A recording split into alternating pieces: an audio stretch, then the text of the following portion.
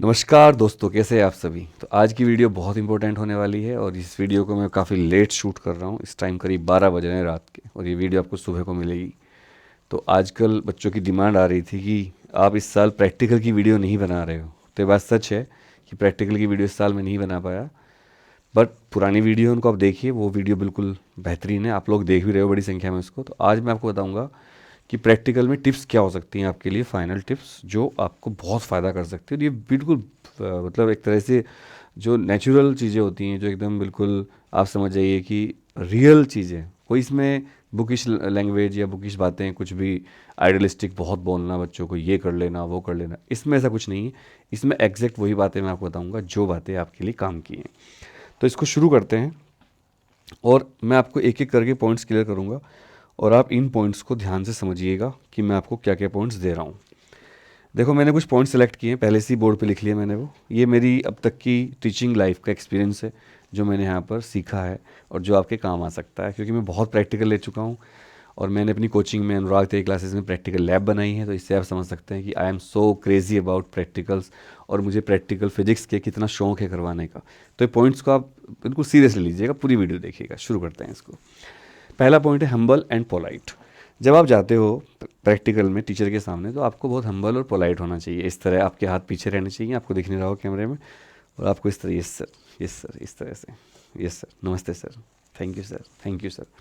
अगर टीचर आपकी कुछ थोड़ी तारीफ करता है, thank you sir, thank you. जैसे आपने वो देखा होगा ना रियलिटी शो में, जो सिंगर्स आते हैं और जजेस बैठे होते हैं, तो कई बार आपने देखा होगा जजेस से भी अच्छा गाते हैं वो, लेकिन जजेस फिर भी उनकी कमी निकाल देते हैं।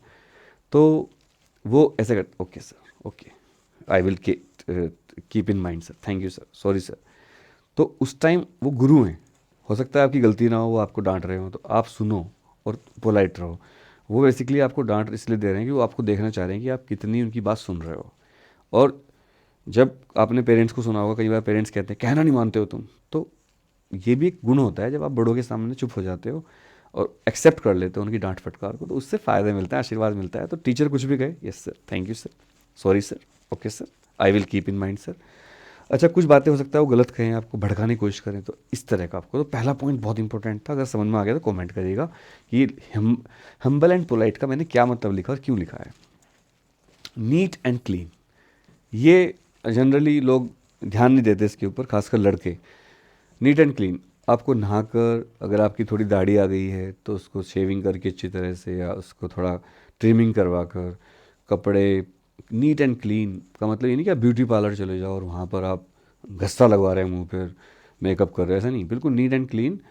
बाल बहुत बड़े ना हो आपके, मेरी तरह हो छोटे बाल, देखो इस तरह से, और आपके बाल एकदम क्लीन दिखें। अगर आपकी दाढ़ी है तो उसको थोड़ा ट्रिम करवा लें या साफ़ करवा लें, अगर आप करवा सकते हो। लड़कियां भी अपने आप को फैशन की, एक फैशन शो नहीं चल रहा है, normal neat and clean look समझ गए होंगे आप लोग क्या है, इसका बहुत फ़र्क पड़ेगा। School uniform, try to be in school uniform until and unless कोई मजबूरी ना हो, आपके पास स्कूल यूनिफॉर्म नहीं है, आपकी शर्ट ख़राब हो गई है, तो फिर भी आप कोशिश करना कि आप स्कूल यूनिफॉर्म में जाएं। जब आप स्कूल यूनिफॉर्म में जाते हैं तो आप एक प्रोटेक्शन लेयर के अंदर होते हैं। ट्रस्ट मी, स्कूल यूनिफॉर्म में जाने वाले बच्चों को ज़्यादा नंबर देते हैं टीचर, उनको वो ज़्यादा कॉन्फिडेंट फील करते हैं, उनको ज़्यादा फ़ायदे होते हैं। इस पॉइंट को आप ध्यान रखिएगा। स्माइलिंग फेस, ये बहुत बड़ी चीज़ है। ये वाली स्माइली देखो और ये वाली स्माइली देखो, दोनों में कितना डिफरेंस है, कौन सी अच्छी लग रही है आपको कमेंट करके बताना। स्माइलिंग फेस सबको अच्छा लगता है, इवन देखो मैं वीडियो बना रहा हूँ इसे, तो अब प्लीज़ स्माइलिंग फेस रखना बच्चों, बच्चों अच्छी सी ड्रेस पहन के जाना, बच्चों बच्चों बच्चों हम्बल रहना, बच्चों नीट एंड क्लीन रहना है। अच्छा लगूंगा ऐसे में, अगर मैं खुश हूँ तो आपको अच्छा लग रहा हूँगा। तो स्माइलिंग फेस। पैर छूना, अगर आप लड़के हैं, लड़कियाँ, हमारे देश में, हमारी संस्कृति में लड़कियों से पैर नहीं छुआते, लड़कियों को एक सम्मान का दर्जा दिया गया हमारी संस्कृति में। पर अगर आप लड़के हो, बॉयज़ हो, तो अपने टीचर, चाहे मैडम हो सर हो, उनके पैर छूइए। लैब में जब आप एंटर करते हो, कई बार हो सकता है आपके स्कूल की कोऑर्डिनेटर, वाइस प्रिंसिपल, प्रिंसिपल साहब, मैम, वो भी हों, तो पहले उनके पैर छूइए। कई बार तो स्कूल के ओनर भी बैठे होते हैं वहाँ पर, तो उनके पैर छूइए। बड़े से छोटे की तरफ आपको चलना है। अपने स्कूल के टीचर के पैर भी छूने जो आपको स्कूल में पढ़ाते हैं। कुछ बच्चे क्या करते हैं कि एग्जामिनर के पैर तो छू लेते हैं, अपने टीचर के पैर नहीं छूते हैं, ये बहुत गलत बात है। उनको भी रेस्पेक्ट पूरी करनी है आपको, ध्यान रखिएगा, वही असली अंदर की है। बहुत ज़्यादा जो मॉडर्न स्कूल हैं, जो अपने आपको बहुत हाई फाई स्कूल समझते हैं, अपने नाम के आगे इंटरनेशनल लगा लेते हैं, तो वो भी उनके टीचर भी एक्चुअल में गाँव के ही लोग हैं और वो भी कल्चर को ही लाइक करते हैं। तो बाहर से स्कूल आपको कैसा भी दिखे, अंदर से सब मामला वही होता है। तो ये बड़े बड़े मल्टी स्टोरी स्कूल्स ये भी अंदर से एक जैसे ही हैं, ट्रस्ट में। और रेस्पेक्ट सबको अच्छी लगती है, और टीचर तो रेस्पेक्ट का भूखा होता है।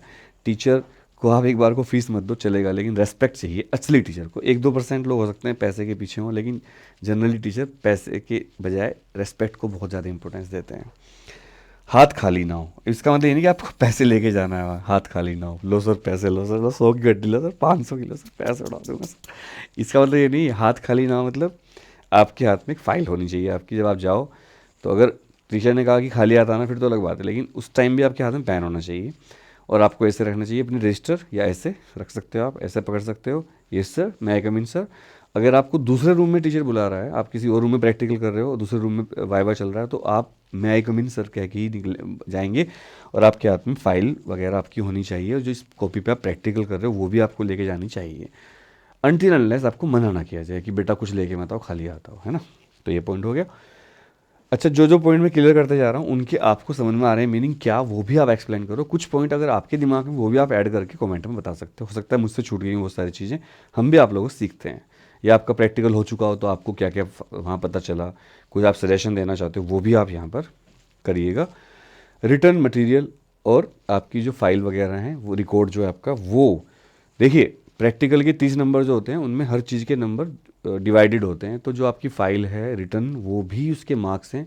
कुछ बच्चे खाली हाथ चले जाते हैं एकदम, सर फाइल नहीं बनाई, सर ये नहीं किया, तो उनके वो मार्क्स तो कटने ही कटने हैं। जो फाइल के मार्क्स हैं उनको तो आपके टीचर भी चाह कर भी नहीं दे सकते आपको। तो आपकी रिकॉर्ड को लेके जाइए, अगर नहीं बनाया तो फटाफट लिख लीजिए। आपके हाथ में फ़ाइल दिखनी चाहिए बस, भले ही वो चेक ना हो, एक बार को चलेगी, प्रैक्टिकल पूरे ना हो चलेगी, बस फाइल दिखनी चाहिए आपके हाथ में, ठीक है।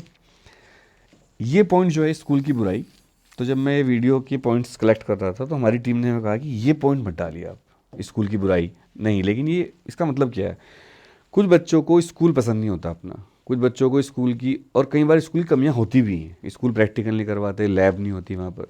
तो मैंने इसे देखा है, जब मैं प्रैक्टिकल लेने जाता हूँ तो कुछ बच्चे अपने स्कूल की बुराई शुरू कर देते हैं, जैसे सास बहू की बुराई नहीं होती आपस में, बहू सास की बुराई करती है, सास बहू की बुराई करती है, तो ऐसे वो पूरा सर हमारा स्कूल तो बेकार है जी, क्या बताएं मास्टर जी, कुछ भी नहीं करवाया, प्रैक्टिकल नहीं करवाया, लैब ही नहीं है सर, आज ही आपके सामने लैब के सामान आए हैं, अभी नए नए देख लो।